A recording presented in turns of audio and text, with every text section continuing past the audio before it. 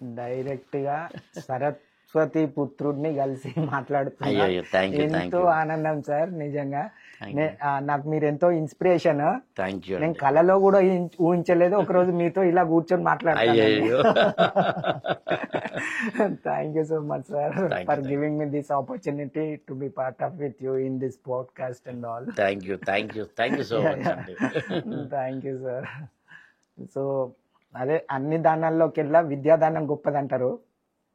So ప్రపంచవ్యాప్తంగా మీ విద్యని పంచుతూ ఎందరో విద్యార్థులకి విద్యనిస్తూ సరస్వతి పుత్రులను, మీరు సరస్వతి పుత్రులే, సో ఇది ఇంకా ఎందరో విద్యార్థులని సరస్వతి పుత్రులుగా మారుస్తున్నారు, చేస్తున్నారు. ఎంతో సంతోషదాయకము. థ్యాంక్ యూ అండి. సార్ దాన్ని మించిన సాటిస్ఫాక్షన్ ఉండదు అనుకుంటా నాకు తెలిసి.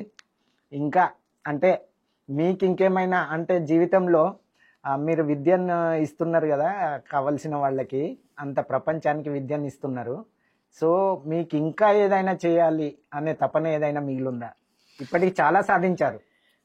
యాక్చువల్గానండి నాకు ఇంకా చాలా చెయ్యాలి అనేవి చాలా ఉన్నాయి సార్. నేను ఇంకా ఏమీ సాధించలేదని చాలా స్పష్టంగా నమ్ముతా. నా అసలు ఇన్నింగ్స్ ఇప్పుడు స్టార్ట్ అయ్యా అని డౌట్ నాకు. నేను ఏం సాధించాలనుకుంటున్నాను సింపుల్ పదంలో చెప్పాలి అంటే, నేను మరణించే టైంకి అంటే మరణించిన తర్వాత just 100 Manda 1000 Manda 1,00,000 Manda they should feel that బా నా జీవితాన్ని ఆయన మాటతోటి నిలబెట్టాడురా, నా జీవితాన్ని ఆయన మాటతోటి మలిచాడురా, ఆయన పోయాడట్రా అని టీవీ 9లోనూ ఎక్కడో స్క్రోలింగ్ అవుతుంటే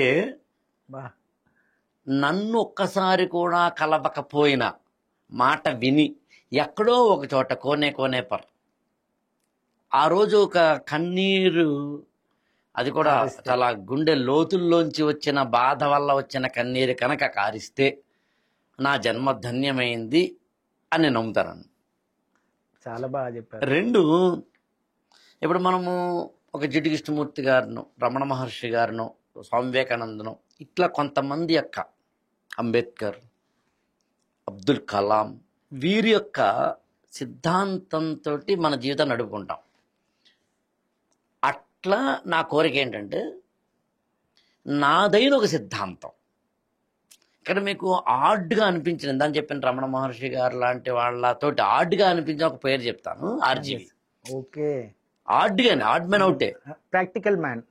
అలా నా సిద్ధాంతం ఈ ప్రపంచంలో ఒక మాన్యుమెంటల్ బుక్గా, ఓకే, అంటే పెళ్ళి, విడాకులు, చదువు, కెరీర్, మతం, దైవం, మూఢ విశ్వాసాలు, ఆరోగ్యం, డబ్బు సంపాదన, పేరు సంపాదన, కుటుంబాన్ని ఎలా చూసుకోవాలి, ఎవరితో ఎలా మెలగాలి, ప్రాక్టికాలిటీ ఎలా ఉండాలి, మీరు ఏమైనా కానీ లైఫ్లో ఉదయం నుంచి రాత్రి వరకు మన జీవితంలో ఉండే ఎన్నైతే అంశాలు ఉంటాయో వాటన్నింటికీ ఒక సొల్యూషన్ ఇదిగో అంటూ, ఇందాక నేను చెప్పినట్టుగా రమణ మహర్షి గారు చెప్పినట్టుగా నాదంటూ ఒక సిద్ధాంతం ఉండి, ఆ సిద్ధాంతం 100 మంది కనుక దిశానిర్దేశం చేసే కరదీపికలై దిక్సూచులైతే అయిపోయింది నా జీవితం. చాలు.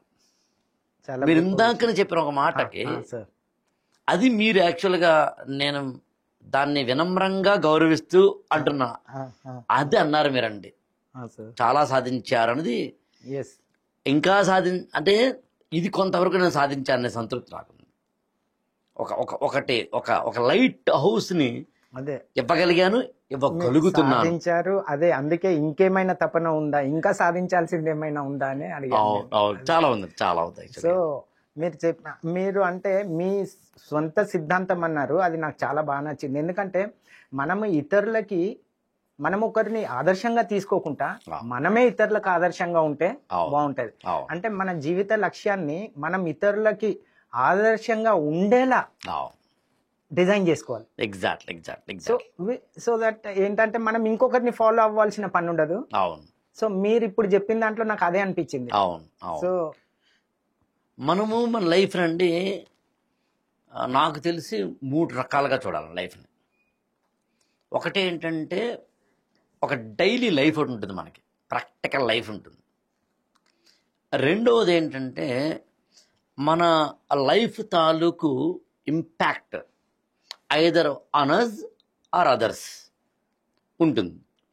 3 లైఫ్ని జూమ్ అవుట్ చేసి చూడడంలా, అంటే బ్రాడ్గా చూడడం. ఎస్.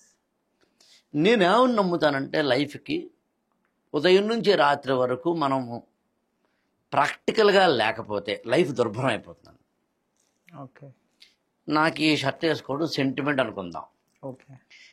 పిల్లి ఎదురైతే సెంటిమెంట్ అనుకుందాం. ఇలా నన్ను కనుక సెంటిమెంటల్లో పడేసుకున్నాను అనుకుందాం. అప్పుడు ఏమవుతుందంటే నీ శక్తిని మర్చిపోతావు, సెంటిమెంట్కి ప్రాధాన్యం ఇస్తావు, క్రమంగా నీకు తెలియకుండానే ఊబిలో పడిపోతావు. Absolutely correct. I believe in it always. And as you said, I never followed such things in my life. ఎందుకంటే సమయం చాలా విలువైంది. అవును, ఇప్పుడే మనం ఒక పని చేయాలనుకుంటే అవును, మీరు అన్నట్టు పిల్లేదురైందని మనం డ్రాప్ అయితే ఆ పనిని అవును. మళ్ళీ చేయలేము. ఆ పనిని అవును, దానికి మళ్ళీ ముహూర్తం రాదు. అవును, మనం అనుకున్నప్పుడు మనం చేయాలనుకున్నప్పుడు వచ్చిన ముహూర్తమే ముహూర్తం. అవును. సో మంచి పనికి ముహూర్తంతో పని లేదు. Correct sir. ఎస్, అది కరెక్ట్. మీరు అన్నది నేను ఇక్కడ ఏకీభవిస్తా. ఇప్పుడు చిన్న వాటిల్లో మనం కావాలంటే సెంటిమెంట్లుగా ఉన్నా పర్వాలేదు. ఇప్పుడు దాన్ని లైన్ దాటుతున్నాం అనుకుందాం. మనం ఏదైనా అంటే ఉంగరాలు పెట్టుకోవడం, పలానా పూజ చేస్తే కష్టాలు పోతాయి, వీటిని నమ్మడం వరకు నాకు అభ్యంతరం లేదు. ఓకే. దీన్ని మూఢనమ్మకం చేసుకోవద్దు దగ్గర నేను లైన్ గేయాలనుకుంటున్నాను. Correct sir.